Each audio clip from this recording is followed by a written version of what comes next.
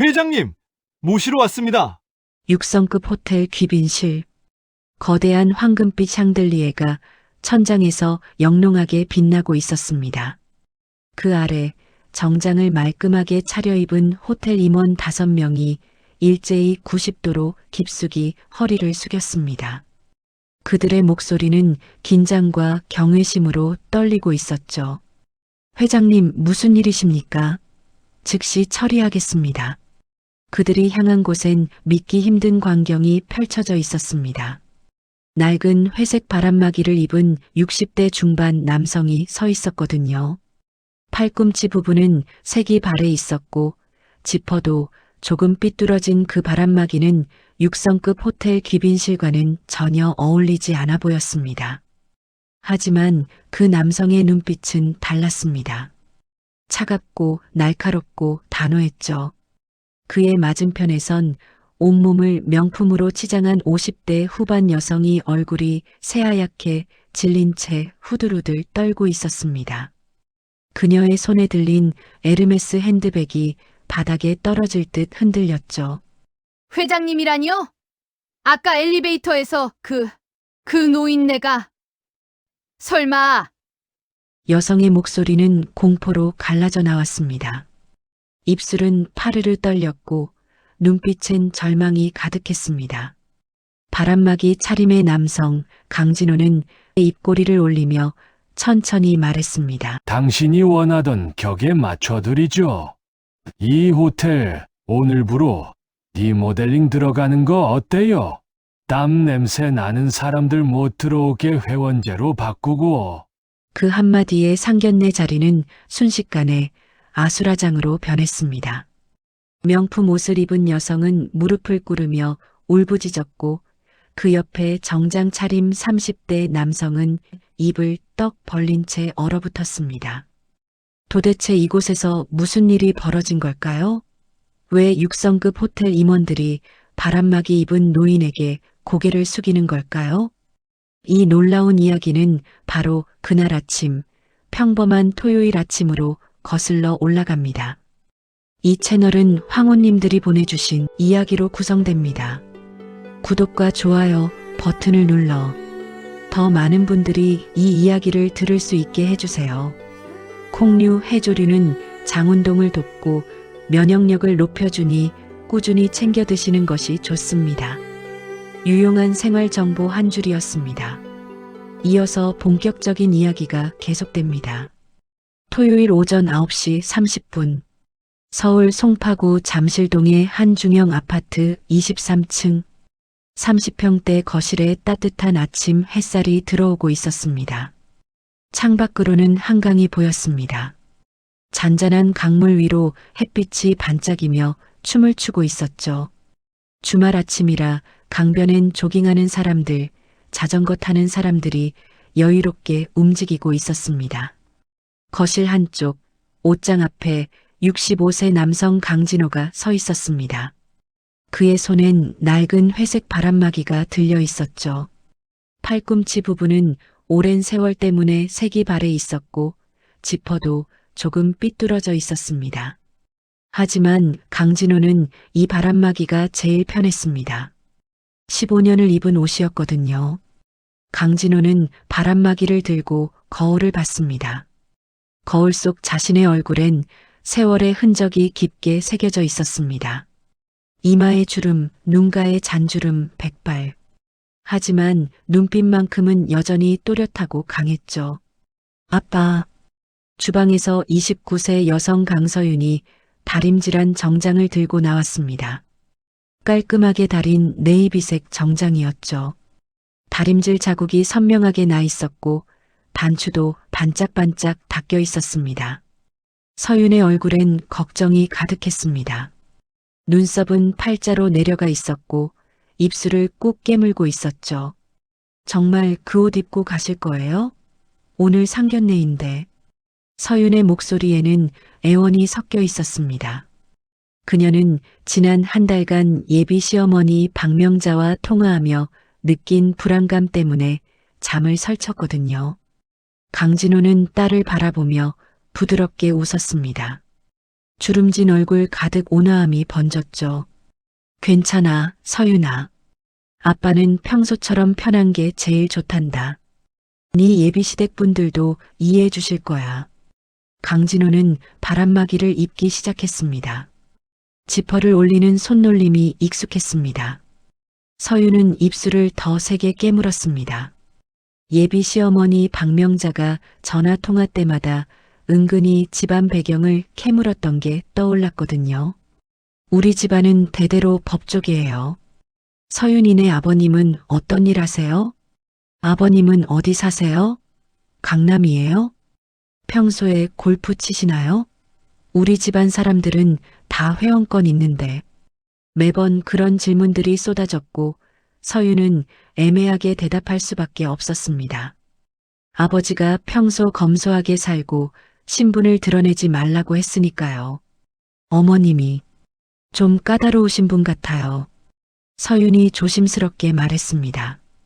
전화할 때마다 명품이나 브랜드 이야기를 자주 하시고 강남 빌딩 가지셨다고 몇 번이나 말씀하시더라고요.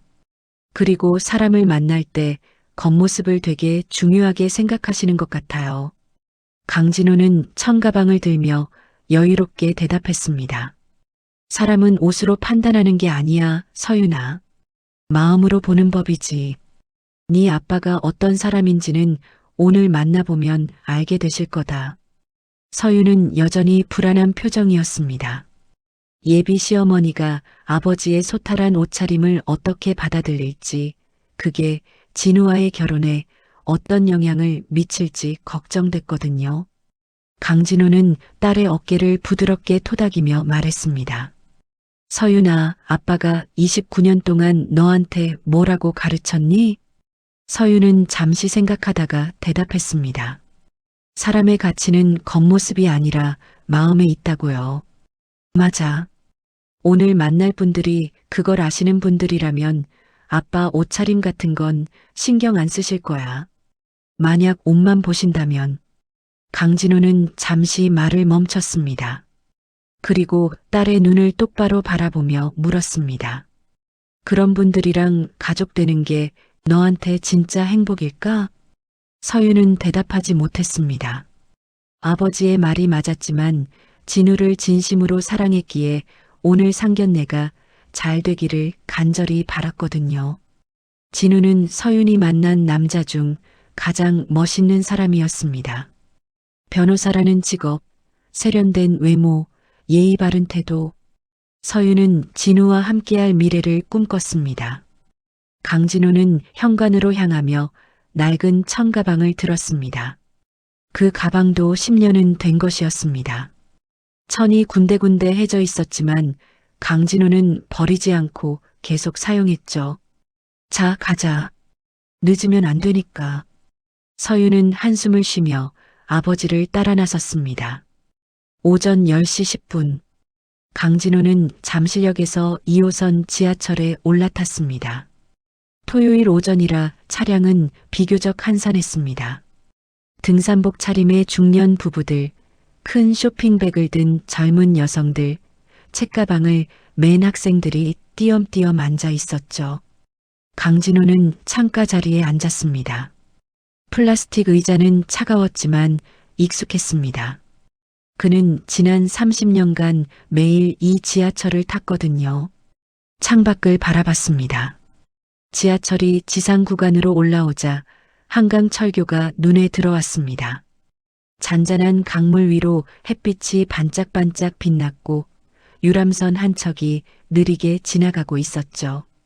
오늘이 중요한 날이구나. 강진호의 가슴이 두근거렸습니다. 딸의 인생에서 가장 중요한 순간 중 하나니까요. 그의 머릿속에선 지난 45년이 주마등처럼 스쳐 지나갔습니다. 45년 전 20살의 강진호는 손에 쥔 돈 10만 원으로 동대문 시장 노점에서 양말 장사를 시작했습니다. 양말 1,000원, 새켤레 2,000원. 그의 목소리는 쩌렁쩌렁 울렸지만 주머니는 늘 텅텅 비어 있었습니다.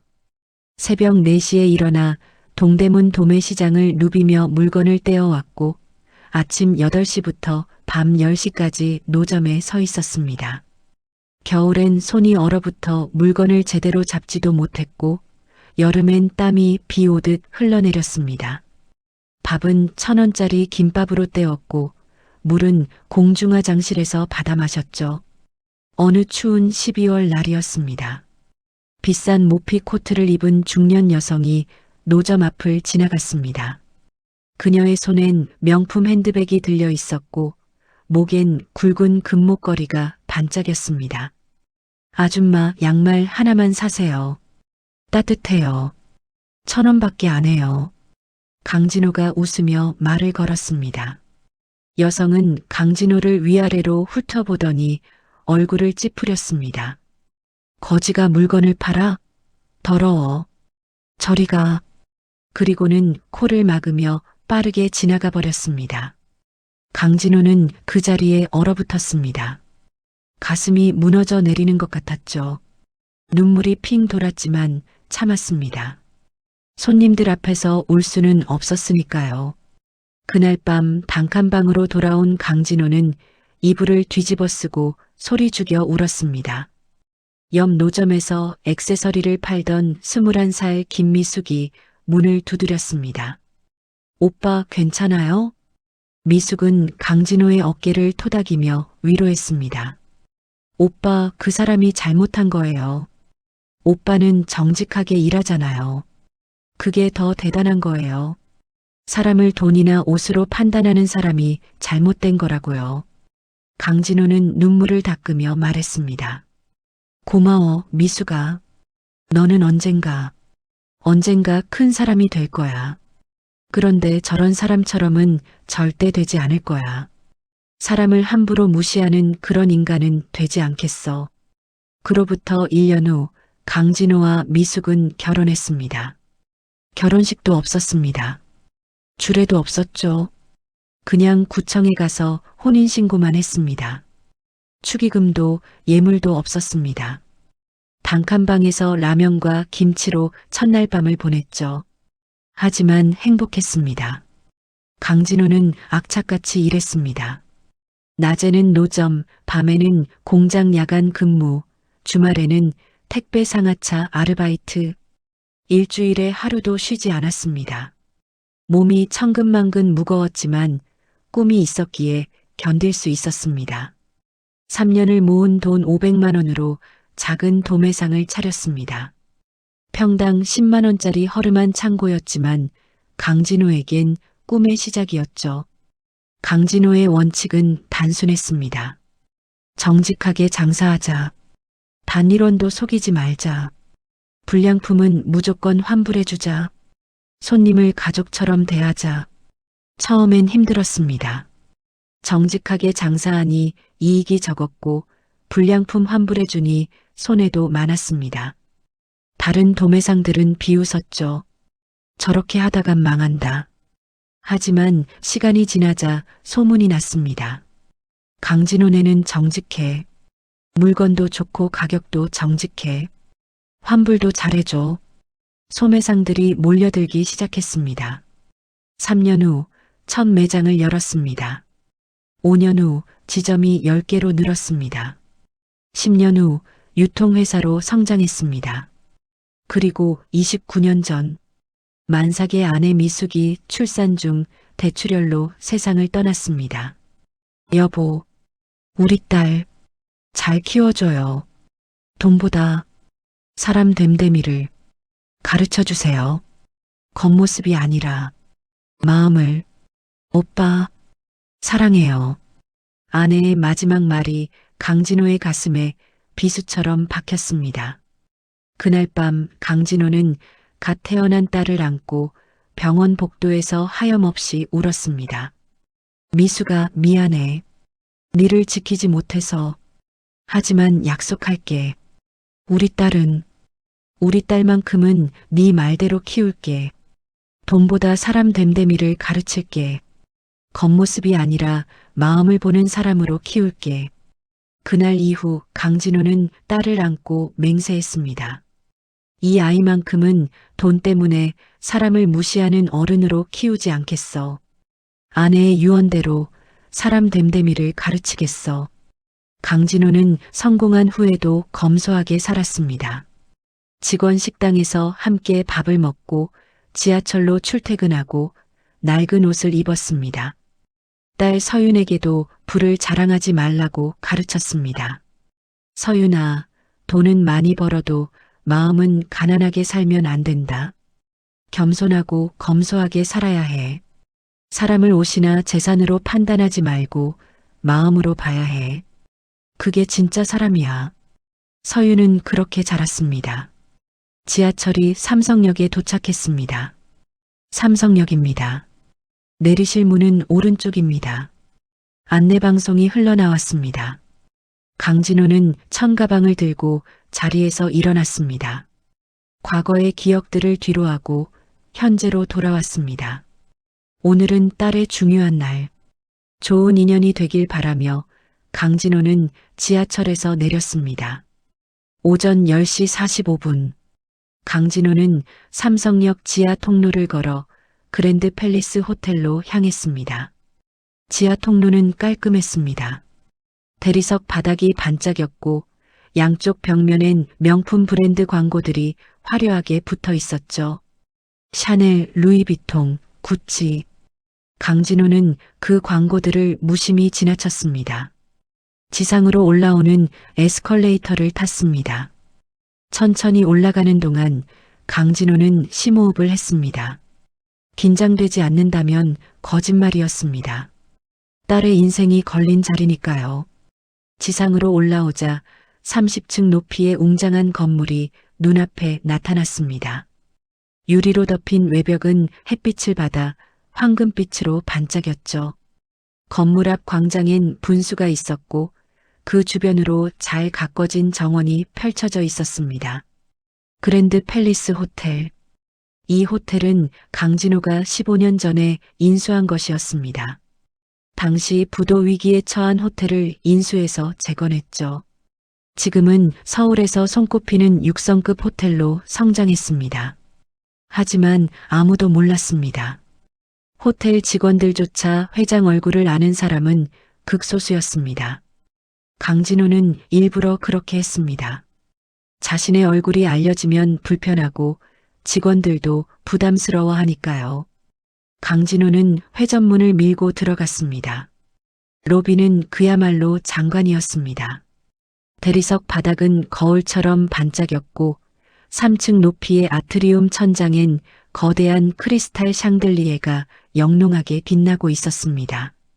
천장에서 내려오는 자연광이 샹들리에를 통과하며 무지개 빛으로 흩어졌죠. 로비 한쪽엔 피아노 연주자가 있었습니다. 부드러운 재즈 선율이 로비 전체에 은은하게 퍼지고 있었습니다. 소파에는 정장 차림의 비즈니스맨들, 명품 옷을 입은 여성들이 앉아 대화를 나누고 있었죠. 강진호는 천천히 걸었습니다. 그의 낡은 바람막이와 운동화는 이 화려한 로비와는 전혀 어울리지 않았습니다. 몇몇 사람들이 힐끗힐끗 쳐다봤지만 강진호는 신경 쓰지 않았습니다. 로비 한쪽에서 근무 중이던 컨시어지 직원이 강진호를 알아봤습니다. 20대 후반의 젊은 남성 직원이었는데 그는 2년 전 회장님을 한 번 뵌 적이 있었습니다. 직원의 눈이 휘둥그레졌습니다. 입이 벌어지며 인사하려고 했죠. 강진호는 재빨리 눈짓으로 제지했습니다. 고개를 살짝 저으며 손가락을 입술에 갖다 댔습니다. 조용히라는 신호였죠. 직원은 얼른 고개를 끄덕이며 아무 일 없다는 듯 자기 업무로 돌아갔습니다. 오늘은 그냥 한 아버지로만 있고 싶어. 강진호는 엘리베이터 쪽으로 걸어갔습니다. 로비 저편 금빛 엘리베이터 문이 보였습니다. 바로 그때였습니다. 맞은편에서 58세 여성 방명자가 걸어오고 있었습니다. 그녀는 온몸을 명품으로 치장하고 있었습니다. 머리부터 발끝까지 완벽했죠. 샤넬 트위드 재킷은 최신 컬렉션이었고 에르메스 버킨백은 한정판이었습니다. 목에 걸린 굵은 진주 목걸이는 8천만 원짜리였고 귀에 걸린 다이아몬드 귀걸이는 손가락 마디만 했습니다. 발에 신은 하이힐은 크리스찬 루브탱이었고 10cm는 되어 보였죠. 박명자는 턱을 치켜들고 콧대 높게 걸었습니다. 주변 사람들을 내려다보듯 훑어보며 지나갔습니다. 그녀의 눈빛엔 오만함이 가득했죠. 여기가 6성급 호텔이긴 하네.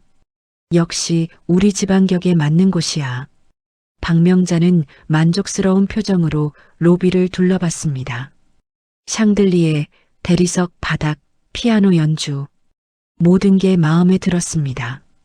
엘리베이터 앞에 먼저 도착한 사람은 박명자였습니다. 그녀는 긴 손톱으로 위쪽 방향 버튼을 눌렀습니다. 손톱엔 빨간 매니큐어가 칠해져 있었고 손가락엔 5개의 반지가 끼워져 있었죠. 강진호도 그 옆에 섰습니다. 박명자는 옆을 힐끗 보다가 강진호의 낡은 바람막이를 발견했습니다. 그녀의 눈썹이 찌푸려졌습니다. 코가 실룩거렸죠. 뭐야, 저 옷차림은? 이런 고급 호텔에 저런 사람이 왜 와? 청소부? 아니면 수리공? 박명자는 슬그머니 한 발짝 옆으로 비켰습니다. 강진호와 거리를 두려는 것이었죠. 그녀는 명품 핸드백을 가슴에 꽉 끌어안았습니다. 혹시 소매치기는 아닐까? 하는 의심이 들었거든요. 띵!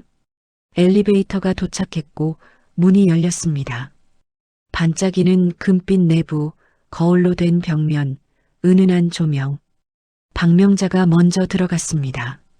그녀는 엘리베이터 안가장 안쪽 구석으로 갔습니다. 강진호도 따라 들어갔습니다. 그는 문 쪽에 조용히 섰습니다. 문이 닫히려는 순간 젊은 커플이 뛰어왔습니다. 잠깐만요. 강진호가 재빨리 열린 버튼을 눌렀습니다. 감사합니다. 커플이 들어왔습니다. 그들도 명품 옷을 입고 있었습니다. 엘리베이터 안은 조용했습니다. 좁은 엘리베이터 안. 박명자는 15층 버튼을 눌렀습니다. 강진호도 같은 버튼을 눌렀습니다. 젊은 커플은 5층 버튼을 눌렀습니다. 문이 완전히 닫히자 엘리베이터가 올라가기 시작했습니다. 부드러운 클래식 음악이 스피커에서 흘러나왔습니다. 모차르트의 피아노 협주곡이었죠. 박명자는 거울로 된 벽면에 비친 자신의 모습을 확인했습니다. 머리카락 한 올도 흐트러지지 않았습니다. 립스틱도 완벽했죠. 그녀는 만족스러운 미소를 지었습니다. 그리고 코를 킁킁거렸습니다. 얼굴이 살짝 찌푸려졌습니다. 뭔가 냄새가 나는데. 박명자는 주변을 둘러봤습니다. 젊은 커플은 향수 냄새가 났습니다. 문제 없었죠. 그녀의 시선이 강진호에게 갔습니다. 역시 저 사람이네. 박명자는 작게 혀를 찼습니다. 에휴. 그녀는 대놓고 손으로 코를 막았습니다. 그리고 고개를 돌렸죠. 강진호는 아무 말 없이 미소만 지었습니다. 그는 창밖 풍경을 바라봤습니다. 엘리베이터가 유리로 되어 있어서 서울 시내가 점점 내려다 보이기 시작했거든요. 5층에 도착했습니다. 띵! 젊은 커플이 내렸습니다. 좋은 하루 되세요. 네, 감사합니다. 문이 다시 닫혔습니다. 이제 엘리베이터 안엔 박명자와 강진호 둘뿐이었습니다. 박명자는 더 이상 참지 않았습니다. 그녀는 중얼거리기 시작했습니다.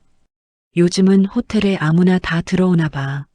목소리는 작았지만 좁은 엘리베이터 안에서는 선명하게 들렸습니다. 어디서 땀 냄새 안 나요? 에휴, 정말. 강진호는 여전히 미소를 지었습니다. 아무 대꾸도 하지 않았죠. 박명자는 더 노골적으로 말했습니다. 이런 6성급 호텔은 좀 갇혀 입고 오셔야지. 바람막이 입고 오면 어떡해요. 운동이라도 하시고 오셨어요? 에휴, 샤워라도 하시고 오시지. 그녀는 핸드백에서 향수를 꺼냈습니다. 그리고 자기 주변에 뿌리기 시작했습니다. 푸슈슈슈. 강한 향수 냄새가 엘리베이터 안을 가득 채웠습니다. 이래서 물 흐리는 사람들 때문에 품격 있는 사람들이 피해보는 거예요. 진짜 이런 데는 회원제로 해야 한다니까요. 아무나 들어오게 하면 호텔 급이 떨어지잖아요. 박명자는 강진호를 힐끔 쳐다보며 계속 말했습니다. 청소하러 오셨어요? 아니면 수리? 직원이시면 직원 전용 엘리베이터 타셔야죠. 손님용 엘리베이터는 직원 못 타는 거 모르세요? 강진호는 조용히 대답했습니다. 저는 손님입니다. 박명자는 코웃음을 쳤습니다. 손님? 저런 차림으로요? 에휴. 엘리베이터가 15층에 도착했습니다. 띵. 문이 열리자 강진호가 먼저 내리며 공손하게 말했습니다. 좋은 하루 되세요, 부인. 박명자는 대답도 하지 않았습니다. 그냥 흥하고 코웃음만 쳤죠. 그녀도 내려서 반대 방향 복도로 걸어갔습니다. 하이힐 소리가 복도에 딱딱 울렸습니다. 강진호는 잠시 그 자리에 서서 깊은 한숨을 쉬었습니다. 저분이 오늘 내 사돈이 될 뿐인가. 서윤이가 걱정하던 게 이해가 가는군. 하지만 강진호는 판단을 미루기로 했습니다. 사람은 첫인상만으로 평가할 수 없으니까요. 엘리베이터에서의 무례함이 긴장 때문일 수도 있고 원래 성격과는 다를 수도 있었습니다. 상견례 자리에서 제대로 된 모습을 보겠지. 강진호는 스카이라운지 귀빈실을 향해 걸어갔습니다. 복도는 조용했습니다. 벽면엔 고급스러운 그림들이 걸려 있었고 바닥엔 두꺼운 카펫이 깔려 있어서 발걸음 소리가 거의 나지 않았습니다. 15층은 호텔의 VIP층이었습니다. 스카이라운지, 귀빈실, 이사회실 등이 있었죠. 강진호는 귀빈실 앞에 도착했습니다. 금빛 명패에 스카이라운지, 귀빈실이라고 쓰여 있었습니다. 문을 열기 전 강진호는 다시 한번 심호흡을 했습니다. 서윤아, 아빠가 너를 지켜줄게. 무슨 일이 있어도. 오전 11시 정각. 스카이라운지 귀빈실. 문을 열자 놀라운 광경이 펼쳐졌습니다. 창밖으로 한강과 서울 시내 전체가 한눈에 내려다 보이는 이 방은 강진호가 딸을 위해 특별히 예약해 둔 곳이었습니다. 호텔에서 가장 좋은 전망을 자랑하는 곳이었죠. 실내는 고급스러웠습니다. 둥근 대형 테이블은 이탈리아산 대리석으로 만들어졌고 가죽 소파는 수제품이었습니다. 벽면을 가득 채운 와인 진열장엔 수백만 원짜리 와인들이 줄지어 있었습니다. 천장엔 작은 크리스탈 샹들리에가 은은하게 빛나고 있었죠.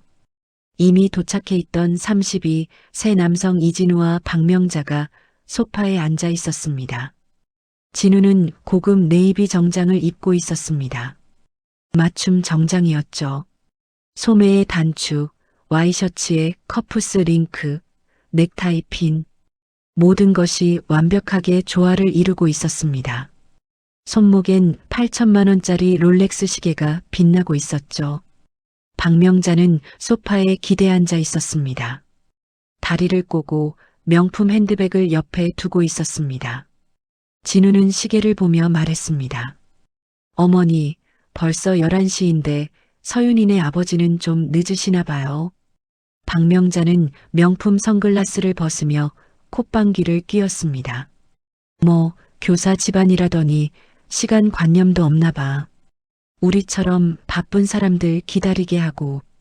그녀는 핸드백에서 화장품을 꺼내 립스틱을 다시 바르기 시작했습니다. 진우야, 니는 로펌 일 때문에 토요일도 바쁘잖니. 그런데 이렇게 기다리게 하다니. 역시 배운 게 없는 사람들은 예의도 모르나 봐. 진우가 대답했습니다. 괜찮아요, 어머니. 서윤이는 착하니까요. 그것만으로도 충분해요. 박명자는 립스틱을 다듬며 말했습니다. 착한 게 뭐가 중요해. 집안 배경이 중요하지. 우리 집안은 대대로 법조계 명문인데 네가 교사 집안 며느리 데려온다니까 내가 얼마나 양보한 건지 아니? 네, 어머니. 감사합니다. 그래도 서윤이가 얼굴이 예쁘고 순해서 그나마 봐주는 거야. 네가 만약 판사 딸이나 대기업 회장 딸 데려왔으면 우리 집안 더 올라갈 수 있었는데. 바로 그때 귀빈실 문이 열렸습니다. 노크 소리와 함께 서윤이 먼저 들어왔습니다. 베이지색 원피스를 입은 서윤은 수줍게 웃으며 인사했습니다. 안녕하세요, 어머님 진우 씨. 기다리셨죠? 죄송해요. 서윤의 목소리는 떨리고 있었습니다. 긴장되어서였죠. 진우가 일어나 반갑게 맞았습니다. 서윤아. 어서 와. 괜찮아. 우리도 방금 왔어. 박명자도 얼굴에 억지 미소를 지으며 말했습니다. 어머, 서윤이. 예쁘게 입고 왔네. 그 원피스 어디 거야? 자라. 아, 네, 그냥 평범한 브랜드예요. 그렇구나. 뭐, 교사 월급으로는 명품 사기 힘들지. 결혼하면 우리가 옷 좀 사줄게. 서윤은 얼굴이 붉어졌습니다. 모욕적인 말이었지만 참았습니다. 박명자가 물었습니다. 그래, 아버님은? 저기 오세요. 서윤이 문 쪽을 가리켰습니다. 그리고 회색 바람막이 차림의 강진호가 천천히 들어왔습니다. 박명자의 얼굴이 순식간에 굳어졌습니다. 눈이 휘둥그레졌고 입이 살짝 벌어졌죠. 손에 들고 있던 핸드백이 떨어질 뻔했습니다. 그녀의 머릿속이 하얗게 변했습니다. 아까 엘리베이터에서 본 그 노인네였거든요. 땀 냄새 난다고 청소부나 수리공 아니냐고 직원 전용 엘리베이터 타라고 했던 바로 그 사람. 박명자는 얼굴이 새하얗게 질렸습니다. 입술이 파르르 떨렸습니다. 설마 저 사람이 서윤이 아버지? 아니야, 아닐 거야. 제발. 하지만 현실은 잔인했습니다. 서윤이 밝게 웃으며 소개했습니다. 어머님, 진우 씨, 저희 아버지세요. 강진호입니다. 강진호는 공손하게 고개 숙여 인사했습니다. 처음 뵙겠습니다. 강진호라고 합니다. 오늘 이렇게 귀한 자리 마련해 주셔서 감사합니다. 앞으로 잘 부탁드립니다. 박명자는 겨우 정신을 차리고 떨리는 목소리로 대답했습니다. 네, 박명자입니다. 어서 앉으세요. 그녀의 목소리는 갈라져 있었습니다. 손은 계속 떨렸죠. 진우도 강진호의 옷차림을 보며 눈살을 찌푸렸습니다. 아버님이 좀 더 신경 쓰시지. 바람막이라니. 이건 좀 아닌데. 우리 어머니가 뭐라고 하실 텐데. 하지만 진우는 예의상 웃으며 말했습니다. 아버님, 안녕하세요. 이진우입니다. 반갑습니다. 네, 반갑습니다. 서윤이한테 많이 들었습니다. 박명자의 머릿속은 복잡했습니다. 세상에, 저 옷차림이 뭐야? 딸 상견례의 날 바람막이라니. 역시 교사 집안은 수준이 이 모양이구나. 내가 걱정했던 게 딱 맞아떨어졌네. 엘리베이터에서 내가 한 말들. 어떡하지. 하지만 어차피 저런 집안이랑 사돈되기 싫었어. 오히려 잘 됐어. 확실히 못 박아야겠어. 박명자는 재빨리 마음을 정했습니다. 오히려 이 기회에 확실하게 서윤네 집안을 무시하고 파혼하는 게 낫다고 생각했죠. 4명이 테이블에 둘러앉았습니다. 박명자와 진우가 한쪽, 강진호와 서윤이 반대쪽. 긴장감이 감돌았습니다. 자리에 앉자마자 박명자는 웨이터를 불렀습니다. 저기요, 메뉴판 주세요. 웨이터가 고급스러운 가죽 바인더 메뉴판을 가져다 줬습니다. 금박으로 호텔 로고가 새겨져 있었죠. 박명자는 메뉴판을 펼치며 은근히 자랑스러운 표정을 지었습니다. 오늘은 제가 쏠 테니까 편하게 시키세요. 우리 집은 여유가 있으니까요. 그녀는 메뉴를 훑어보며 계속 말했습니다. 교사 월급으로 이런 데서 식사하기 부담스러우시잖아요. 여기 코스 요리가 1인당 30만 원에서 50만 원 하거든요. 우리 집안은 이 정도는 편하게 내니까 걱정 마세요. 서윤의 얼굴이 순간 붉어졌습니다. 가슴이 뜨거워졌고 부끄러움과 분노가 동시에 치밀어 올랐습니다. 강진호는 조용히 웃으며 대답했습니다. 감사합니다만 오늘은 제가 예약했으니 제가 대접하겠습니다. 박명자는 코웃음을 치며 말했습니다. 에이, 괜찮아요. 사돈 어른이 무리하실 것 없어요. 우리 집안은 강남에 5층짜리 빌딩도 있고 여유가 있으니까 이 정도는 우리가 해야죠. 그녀는 본격적으로 자신의 재산을 자랑하기 시작했습니다. 우리 빌딩 있잖아요. 강남역 3분 거리에 있는데 땅값만 60억이에요. 건물 포함하면 100억은 넘죠. 거기서 월세만 한 달에 6천씩 들어와요. 세입자들이 줄 서서 기다리는 건물이거든요. 진우도 거들었습니다. 저도 이번에 대형 로펌에서 시니어 파트너 제의 받았어요. 연봉이 2억 5천 넘는데 아직 고민 중이에요. 다른 로펌에서는 3억 준다고 하거든요. 박명자가 만족스러운 얼굴로 말했습니다. 우리 진우는 돈만 쫓지 않아요. 공익법률 분야에도 관심이 있어서요. 사회 기여도 생각한다니까요. 그래서 제가 자랑스러워요. 그녀는 와인 리스트를 보며 말했습니다. 여기 와인 좋은 거 있네. 샤또마고 2003년산. 한 병에 200만 원? 이거 시킬까요? 서윤은 점점 작아지는 기분이었습니다. 눈가가 촉촉해졌죠. 손으로 눈물을 닦으려 했지만 참았습니다. 강진호는 딸의 손을 가만히 잡아주며 참았습니다. 따뜻한 손길이 서윤에게 전해졌죠. 그러시군요. 훌륭하신 집안입니다. 강진호의 목소리는 여전히 온화했습니다. 박명자는 이제 본격적으로 강진호를 깎아내리기 시작했습니다. 그런데 사돈 어른, 평소에 지하철 타고 다니신다며요? 서윤이한테 들었어요. 네, 편하고 빠르니까요. 환경에도 좋고요. 박명자는 눈을 크게 뜨며 말했습니다. 어머, 요즘 같은 세상에 지하철을요? 에휴, 우리는 늘 차로 다니는데. 사실 택시도 잘 안 타요. 우리 집엔 차가 3대나 있거든요.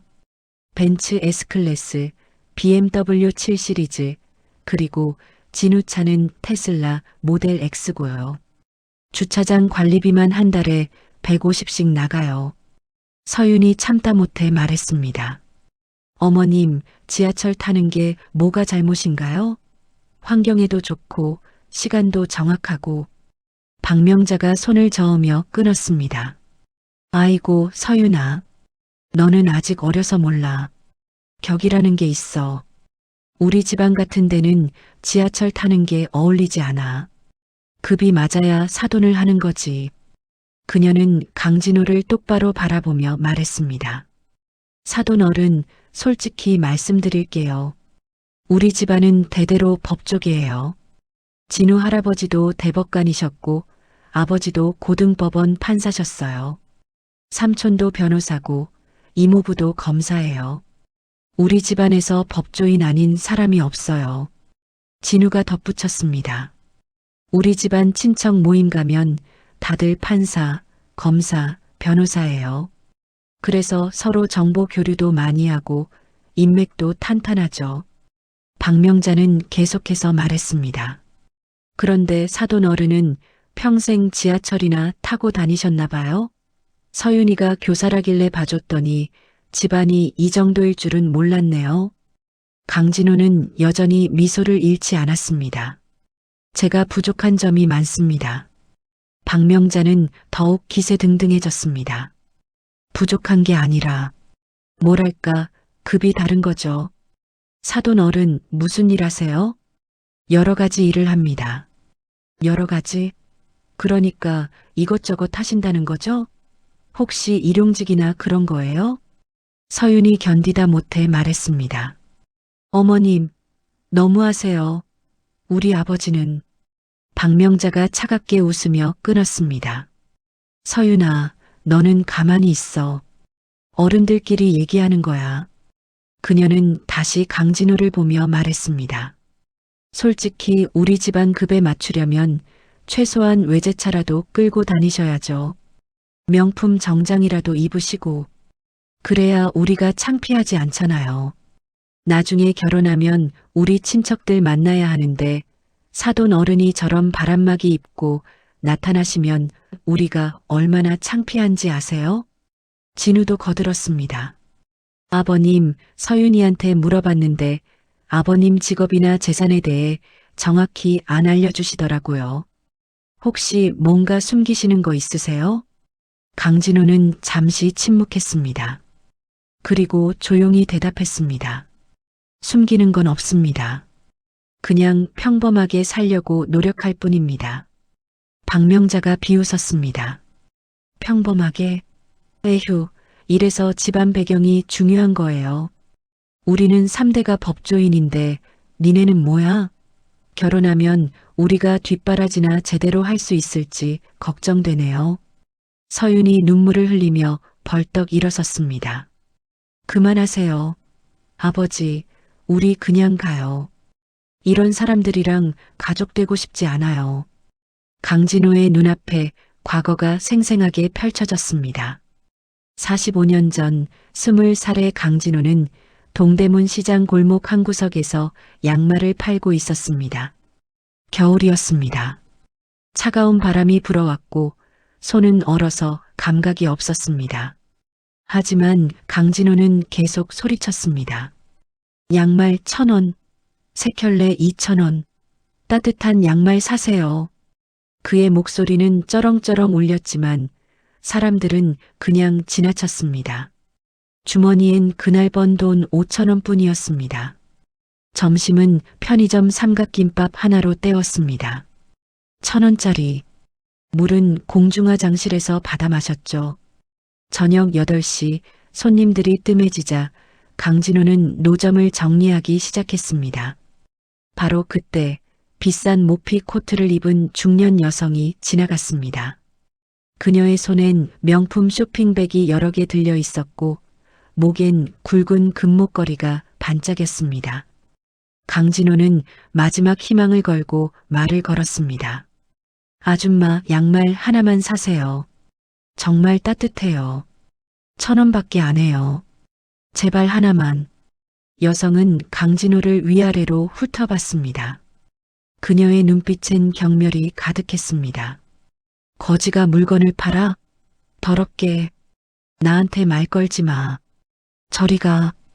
그리고는 코를 막으며 빠르게 지나가 버렸습니다. 에휴, 요즘 시장에 이상한 사람들 너무 많아. 물 흐리게. 그 말이 강진호의 귀에 박혔습니다. 강진호는 그 자리에 얼어붙었습니다. 가슴이 무너져 내리는 것 같았죠. 눈물이 핑 돌았지만 참았습니다. 그날 밤 단칸방으로 돌아온 강진호는 이불을 뒤집어 쓰고 소리 죽여 울었습니다. 나는 거지가 아니야. 나는 정직하게 일하는 사람이야. 옆 노점에서 액세서리를 팔던 21살 김미숙이 문을 두드렸습니다. 오빠 괜찮아요? 문 좀 열어봐요. 미숙은 들어와서 강진호의 어깨를 토닥였습니다. 오빠, 그 사람이 잘못한 거예요. 오빠는 정직하게 일하잖아요. 땀 흘려서 번 돈이 가장 깨끗한 돈이에요. 그게 제일 대단한 거라고요. 강진호는 눈물을 닦으며 말했습니다. 미숙아, 나는 언젠가 큰 사람이 될 거야. 돈을 많이 벌 거야. 그런데 그는 주먹을 불끈 쥐었습니다. 저런 사람처럼은 절대 되지 않을 거야. 사람을 돈이나 옷으로 판단하는 그런 인간 쓰레기는 되지 않겠어. 사람을 함부로 무시하고 거지라고 부르고 나는 절대 그러지 않을 거야.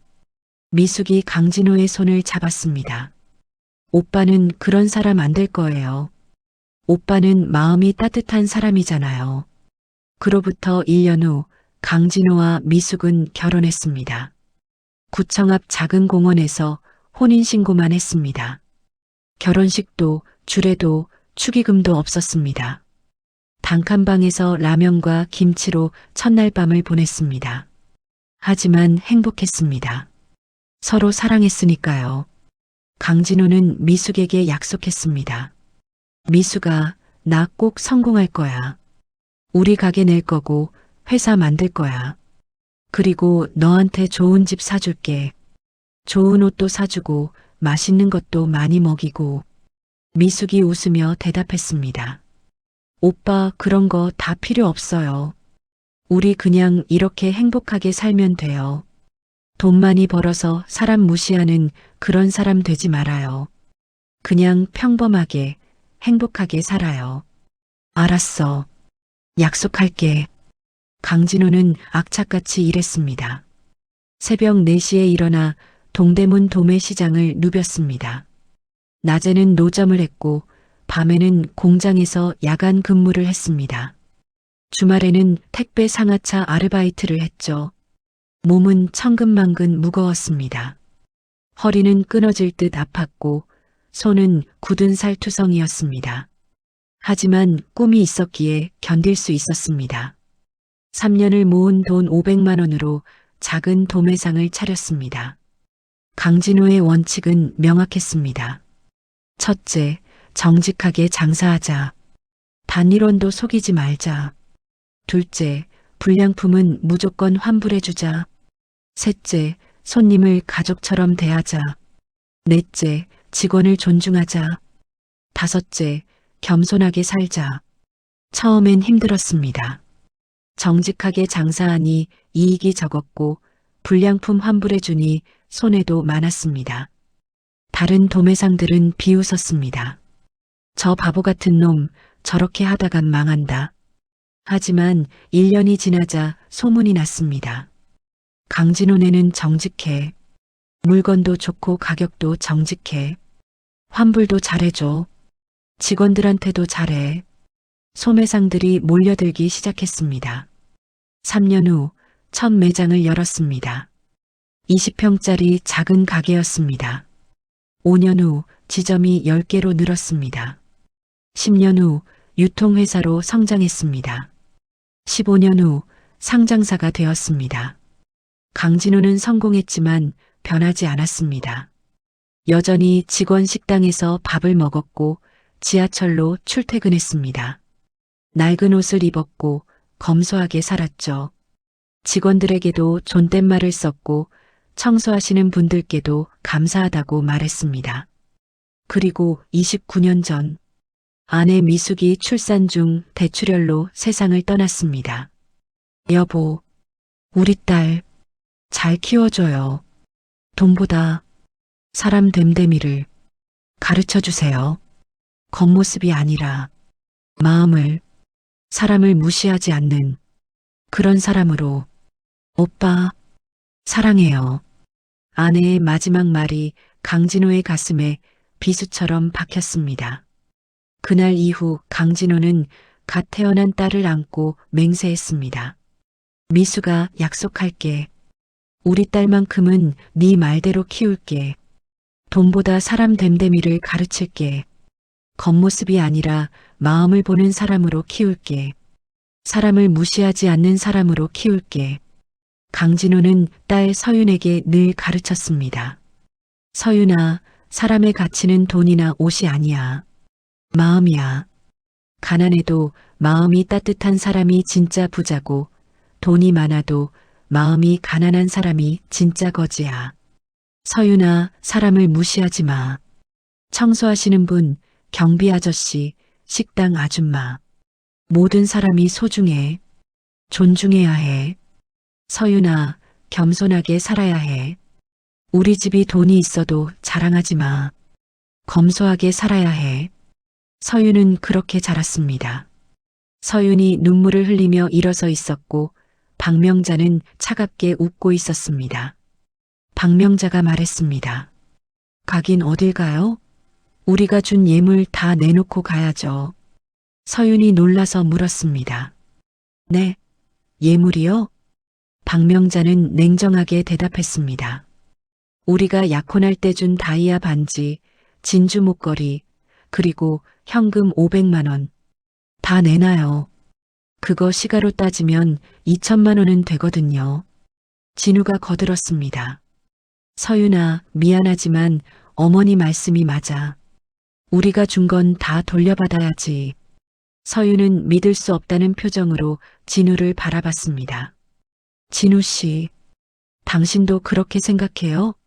우리가 사랑해서 약혼한 거 아니었어요? 진우는 고개를 돌렸습니다. 사랑?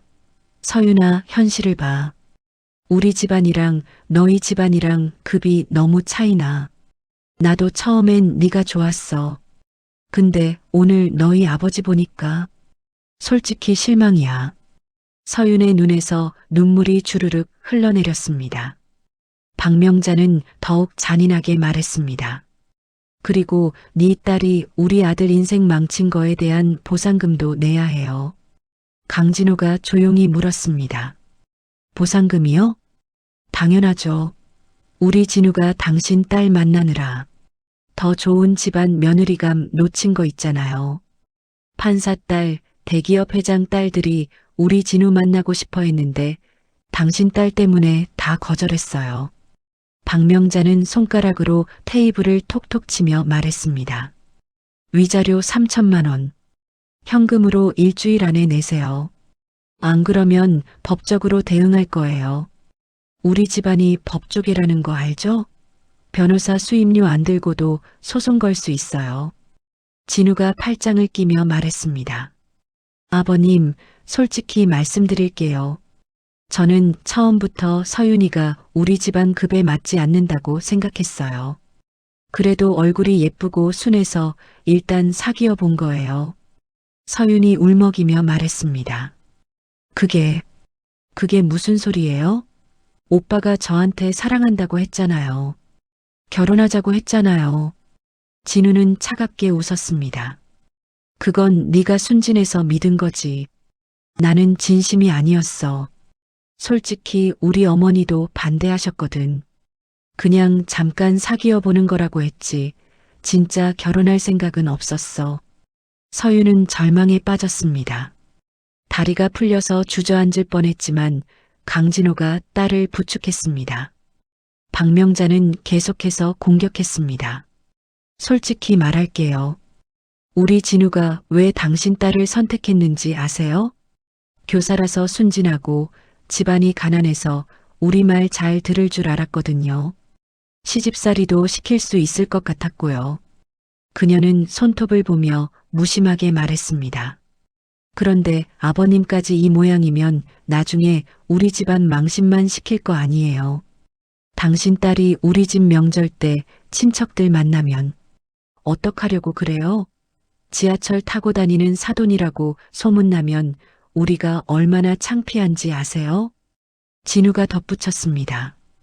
우리 집안 친척 모임 가면 다들 강남에 집 있고 외제차 타고 명품 입거든요. 근데 사돈 어른이 저런 바람막이 입고 나타나시면 상상만 해도 끔찍해요. 박명자는 마지막 일격을 날렸습니다. 그리고 서윤아, 너는 우리 집에 시집 와서 집안일이나 하면서 살 생각했어? 천만에.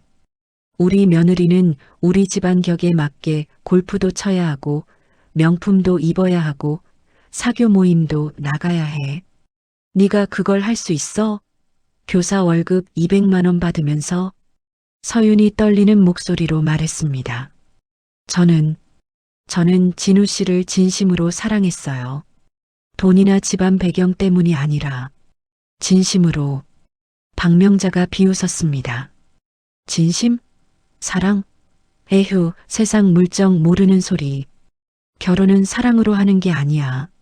집안끼리 하는 거지. 이래서 배운 거 없는 집구석이랑은 엮이는 게 아닌데. 강진호는 천천히 자리에서 일어섰습니다. 그의 눈빛이 차갑게 변했습니다. 서윤이 아버지의 팔을 붙잡았습니다. 아빠, 그냥 가요. 제발, 더 이상 이런 모욕 받지 마세요. 제가 잘못 봤어요. 제가 바보였어요. 하지만 강진호는 움직이지 않았습니다. 그는 품속에서 천천히 무언가를 꺼내기 시작했습니다. 박명자와 진우는 강진호가 낡은 폴더폰을 꺼낼 거라 예상했습니다. 저런 사람이 쓸만한 거라곤 폴더폰밖에 없겠지. 하지만 강진호가 품에서 꺼낸 건 전혀 다른 것이었습니다. 최신형 전용 단말기. 화면엔 그랜드 팰리스 호텔 그룹 회장 전용이라는 문구가 선명하게 빛나고 있었습니다. 박명자의 눈이 점점 커졌습니다. 저게 뭐예요? 강진호는 단말기를 여러 번호를 눌렀습니다.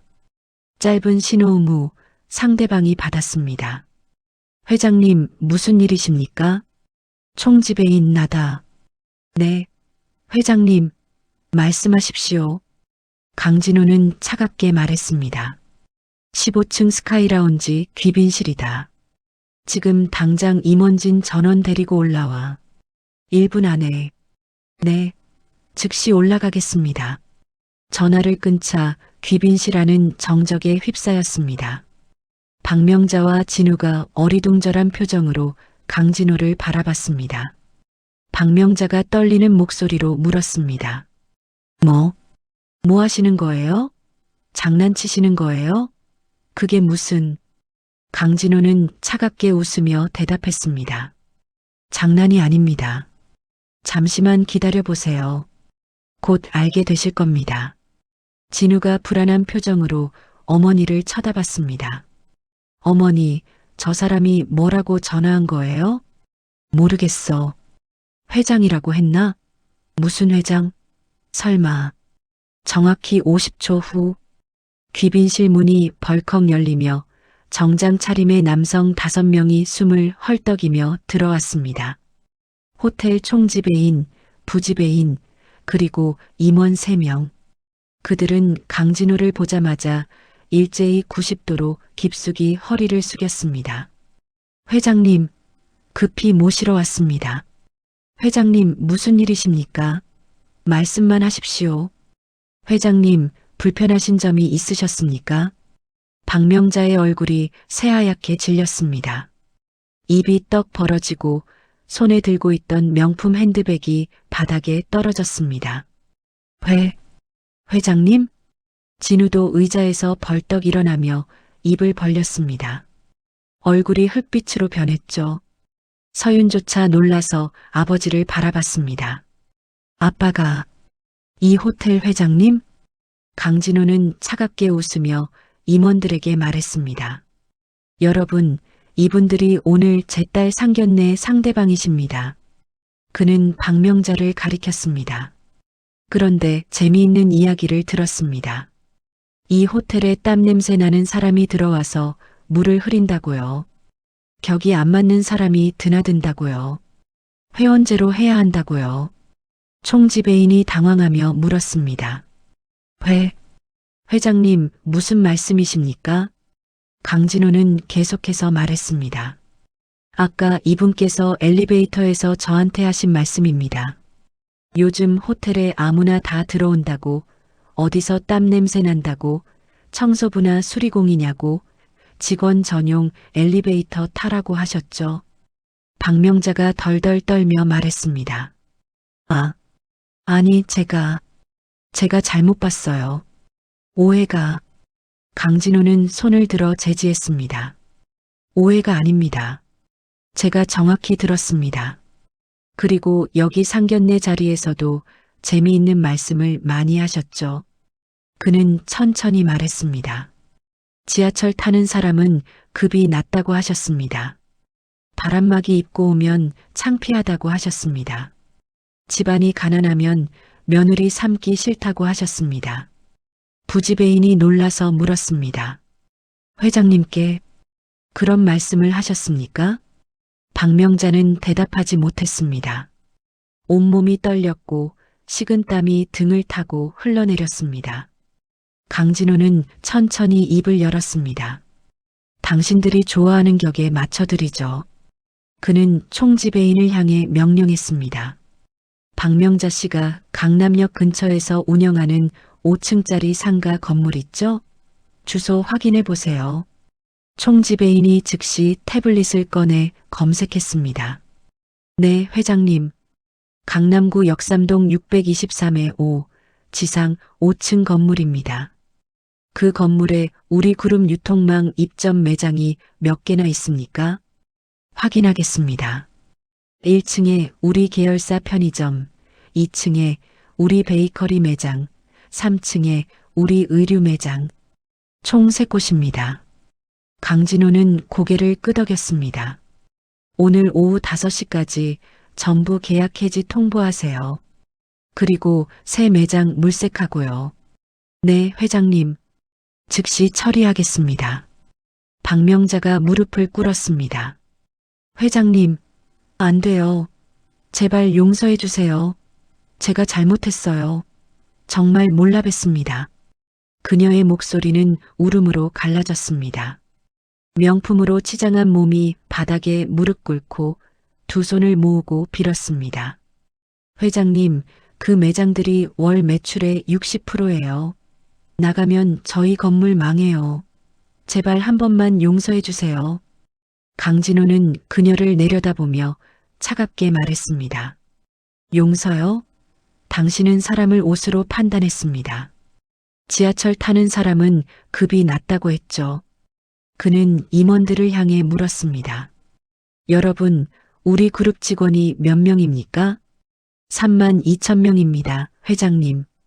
그 중에서 자가용으로 출퇴근하는 사람은 약 4,000명입니다. 나머지는 대중교통, 특히 지하철을 이용합니다. 강진호는 박명자를 바라보며 물었습니다. 그럼 제가 물어볼게요. 저는 매일 아침 8시 20분 지하철을 탑니다. 제 직원 28,000명도 지하철로 출퇴근합니다. 우리가 다 급이 낮은 사람들인가요? 박명자는 대답하지 못했습니다. 얼굴이 새하얗게 질렸죠. 강진호는 계속해서 말했습니다. 그리고 제 건물 대출은 어느 은행에서 받으셨죠? 박명자가 떨리는 목소리로 대답했습니다. 한성은행이요. 강진호는 고개를 끄덕였습니다. 한성은행. 우리 계열사 은행이죠. 그는 임원 한 명을 보며 말했습니다. 법무팀 이사님, 한성은행에 연락해서 박명자 씨 대출건 검토 들어가세요. 대출 회수 가능한지 확인하고요. 네, 회장님. 월요일 아침 제일 먼저 처리하겠습니다. 박명자가 울부짖었습니다. 안 돼요. 제발. 저 건물 때문에 대출이 35억이나 있어요. 회수당하면 저희 집안 완전히 망해요. 회장님, 제발 한 번만 용서해 주세요. 그녀는 바닥에 이마를 찌으며 빌었습니다. 제가 잘못했어요. 제가 눈이 없었어요. 제발. 강진호는 고개를 끄덕였습니다. 알고 있습니다. 바로 그 격이 무너지는 게 어떤 기분인지 이제 느껴보세요. 당신이 저한테 한 말 기억나세요? 이래서 배운 거 없는 집구석이랑은 엮이는 게 아닌데, 이제 당신 집안이 그 배운 거 없는 집구석이 되는 겁니다. 이어서 강진호는 이진우를 바라봤습니다. 이 변호사. 진우는 얼굴이 하얗게 질린 채 대답했습니다. 네. 네, 회장님. 자네 우리 그룹 법무팀 지원했다며? 서류 검토해 보니까 합격 예정이던데. 진우의 얼굴이 환해졌습니다. 희망이 보였습니다. 네. 회장님, 정말 감사합니다. 제가 최선을 다해서. 오늘부로 블랙리스트다. 진우의 얼굴이 순식간에 흑빛으로 변했습니다. 회장님, 그건 너무하십니다. 제가 그렇게까지. 강진호는 차갑게 웃었습니다. 너무해? 자네가 내 딸한테 한 말 기억나나? 우리 집안 급에 맞춰달라. 처음부터 서윤이가 우리 집안 급에 맞지 않는다고 생각했다. 얼굴이 예쁘고 순해서 일단 사귀어 본 것이라고 했죠? 진우는 아무 말도 못했습니다. 강진호는 계속해서 말했습니다. 우리 그룹은 사람을 외모와 재산으로 차별하는 인간은 뽑지 않습니다. 실력도 중요하지만 인성이 더 중요합니다. 자네 같은 사람이 우리 회사에 들어오면 회사 품격이 떨어지거든. 그는 법무팀 이사를 보며 말했습니다. 이진우 변호사, 앞으로 우리 그룹 모든 계열사 채용에서 영구 블랙리스트 등재하세요. 그리고 법조계 동문회에도 공유하고요. 네, 회장님. 진우는 무릎을 꿇었습니다. 죄송합니다. 제가 정말 잘못했습니다. 다시 한번 기회를 주세요. 제발. 강진호는 딸 서윤의 손을 잡고 일어섰습니다. 서윤아, 우리 가자. 여긴 공기가 탁해서 더 이상 있기 힘들구나. 서윤은 눈물을 닦으며 고개를 끄덕였습니다. 네, 아빠. 강진호는 마지막으로 박명자를 바라보며 말했습니다. 사람의 격은 옷이 아니라 인품에서 나오는 법입니다. 당신들은 온몸을 명품으로 치장했지만 마음은 그 어떤 거지보다도 가난합니다. 진짜 가난한 건 당신들의 마음이에요. 그는 임원들을 향해 말했습니다. 이 호텔, 리모델링 검토 들어가세요. 품격 있는 사람들을 위한 공간으로 만들되 품격이란 옷이나 재산이 아니라 마음가짐이라는 걸 보여주는 호텔로 만들고 싶습니다. 네, 회장님. 훌륭하신 지시입니다. 강진호는 서윤과 함께 귀빈실을 나갔습니다. 뒤에선 박명자와 진우의 울부짖는 소리가 들렸지만 강진호는 단 한 번도 뒤돌아보지 않았습니다. 복도를 걸으며 서윤이 물었습니다. 아빠, 정말 괜찮아요? 너무 심하게 하신 거 아니에요? 강진호는 딸의 머리를 쓰다듬으며 말했습니다. 서윤아, 저 사람들은 너를 사랑한 게 아니야. 너를 이용하려고 했어. 진심이 없는 사람들에게 자비는 필요 없단다. 사흘 후 화요일 오후 3시 강진호의 아파트 현관 앞 박명자와 진우가 무릎을 꿇고 있었습니다. 땡볕 아래 2시간째 앉아 있었습니다. 박명자의 화장은 땀과 눈물로 얼룩져 있었고 진우의 정장은 구겨져 있었습니다. 회장님, 제발 한 번만 용서해 주십시오. 저희가 정말 잘못했습니다. 다시는 그러지 않겠습니다. 박명자의 목소리는 애원으로 가득했습니다. 오늘 아침에 편의점이랑 베이커리에서 연락 왔어요. 계약 해지 통보 받았다고요. 회장님, 제발 그것만은 취소해 주세요. 저희 건물 월세 수입의 대부분이에요. 진우도 울먹였습니다. 회장님, 저도 오늘 아침에 연락 받았어요. 저희 로펌에서 저한테 사직하라고 했어요. 강진호 그룹 블랙리스트 올라간 변호사는 받을 수 없대요. 제발 저만 살려주세요. 하지만 현관문은 열리지 않았습니다. 인터폰 너머로 강진호의 차가운 목소리만 들렸습니다. 돌아가세요. 당신들과는 더 이상 할 말이 없습니다. 박명자가 울부짖었습니다. 회장님, 제발요. 은행에서도 연락 왔어요. 대출 재검토 들어간다고요. 이대로 가면 저희 건물 경매 넘어가요. 35억 대출인데 저희 갚을 능력 없어요. 그건 당신 문제입니다. 사람을 함부로 대한 대가죠. 진우가 소리쳤습니다. 서윤아, 나 정말 니를 사랑해. 처음부터 거짓말이 아니었어. 어머니 때문에 그런 거야. 다시 한번 기회를 줘. 제발. 현관 안에서 서윤의 목소리가 들렸습니다. 진우 씨, 이제 그만하세요. 당신이 저한테 한 말들 다 기억해요. 처음부터 진심이 아니었다. 얼굴이 예뻐서 일단 사귀어 본 것이라고 했잖아요. 이제 와서 사랑한다고 하지 마세요. 강진호가 마지막으로 말했습니다. 제 딸은 돈으로 살 수 있는 물건이 아닙니다. 진심으로 사랑하고 존중할 사람을 만날 겁니다.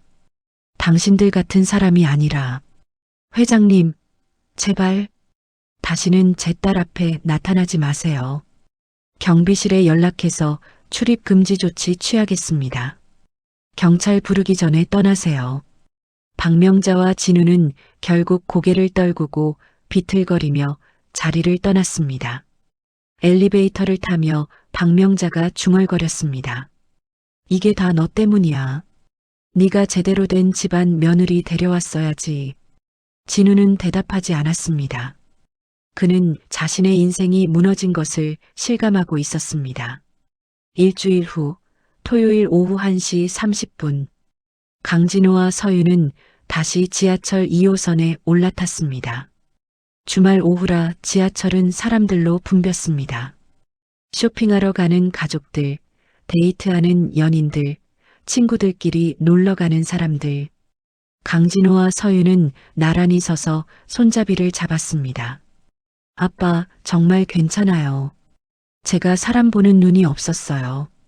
겉모습만 보고 속마음을 보지 못했어요. 서윤은 쓸쓸하게 웃었습니다. 강진호는 딸의 손을 꼭 잡았습니다. 아니야, 서윤아. 네가 진심으로 사랑했던 건 맞아. 다만 상대방이 그만한 사람이 아니었을 뿐이지. 네는 잘못한 게 하나도 없어. 근데 아빠, 진짜 괜찮았어요? 저 때문에 아빠가 그런 모욕을 당하셨는데. 제가 처음부터 진우 씨 집안 배경을 알려드렸어야 했는데. 강진호는 고개를 저었습니다. 모욕? 천만에.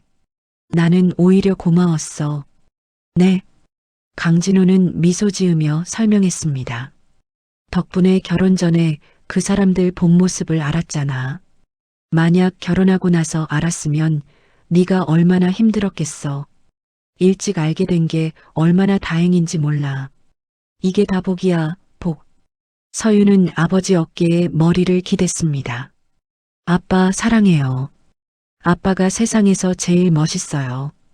제일 훌륭하고 제일 따뜻한 사람이에요. 나도 사랑한다, 우리 딸. 너는 아빠의 가장 큰 보물이야. 세상 어떤 것과도 바꿀 수 없는 보물. 지하철은 청담역에 도착했습니다. 청담역입니다. 내리실 문은 오른쪽입니다. 부녀는 내려서 골목길을 걸었습니다. 화려한 명품 매장들이 줄지어 있는 거리를 지나 작은 골목으로 들어갔습니다. 몇 분 후 작은 국밥집 앞에 도착했습니다. 진미국밥이라는 낡은 간판, 허름한 외관, 플라스틱 의자와 테이블. 하지만 안엔 손님들로 가득했습니다. 아저씨, 여기요. 국밥 둘이요. 강진호가 주인에게 소리쳤습니다. 주인 아저씨는 60대 중반의 백발 노인이었습니다. 회장님, 오셨어요? 어서 오세요. 여기 앉으세요. 주인 아저씨는 강진호를 알아보고 반갑게 맞았습니다. 오늘도 특국밥이죠? 네, 2개요. 서윤이도 특으로. 알겠습니다. 강진호와 서윤은 플라스틱 의자에 앉았습니다. 주변엔 일용직 노동자들, 택배기사들, 대학생들, 직장인들이 국밥을 먹고 있었습니다. 모두가 평범한 사람들이었습니다. 서윤은 주변을 둘러보며 웃었습니다. 아빠, 여기가 제일 편해요.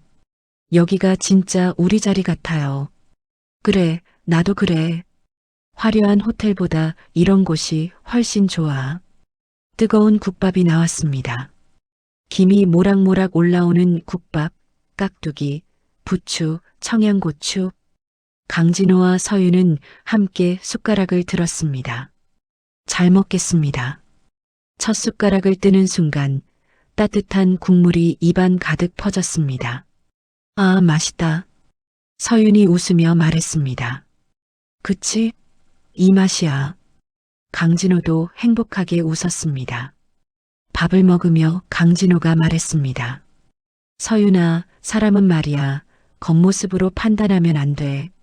명품 입고 외제차 타고 큰 집에 산다고 해서 훌륭한 사람이 아니야. 네, 아빠. 이제 알았어요. 진짜 훌륭한 사람은 마음이 따뜻한 사람이야. 다른 사람을 존중하고 배려하고 겸손한 사람. 그게 진짜 부자야. 서유는 고개를 끄덕였습니다. 니는 그런 사람 만날 거야. 네 마음을 진심으로 사랑하고 네 아빠를 존중하고 겸손하게 사는 사람. 그런 사람이 분명 나타날 거야. 고마워요, 아빠. 두 사람은 조용히 밥을 먹었습니다. 창문으로 따뜻한 오후 햇살이 들어와 부녀를 감쌌습니다. 국밥집 안은 사람들의 이야기 소리, 웃음소리로 가득했습니다. 평범한 사람들의 평범한 행복. 그것이 진짜 행복이었습니다. 돈으로 살 수 있는 건 물건이지만 마음으로 얻는 건 사람이다. 나는 오늘 내 딸을 위해 가장 비싼 수업료를 치렀다. 하지만 후회하지 않는다. 왜냐하면 내 딸이 진짜 행복이 무엇인지 깨달았으니까. 사람들은 말한다. 돈이 많으면 행복하다고. 하지만 나는 안다.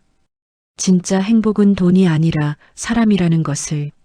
진짜 보물은 멀리 있지 않다. 바로 곁에 있는 사람, 그 사람이 바로 보물이다. 나는 세상에서 가장 부유한 사람이다. 왜냐하면 세상에서 가장 소중한 딸이 있으니까.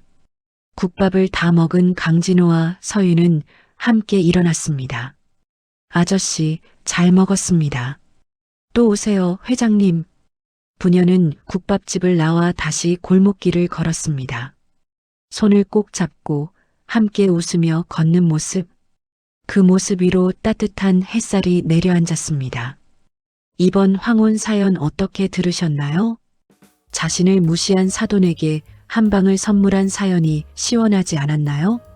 황혼 온도계 채널은 여러분의 소중한 사연을 기다리고 있습니다. 영상 정보 또는 고정 댓글에 적힌 메일 주소로 사연을 보내주세요. 다음에도 황혼님들에게 들려줄 재밌고 귀중한 사연으로 돌아오겠습니다. 오늘 하루도 행복하세요.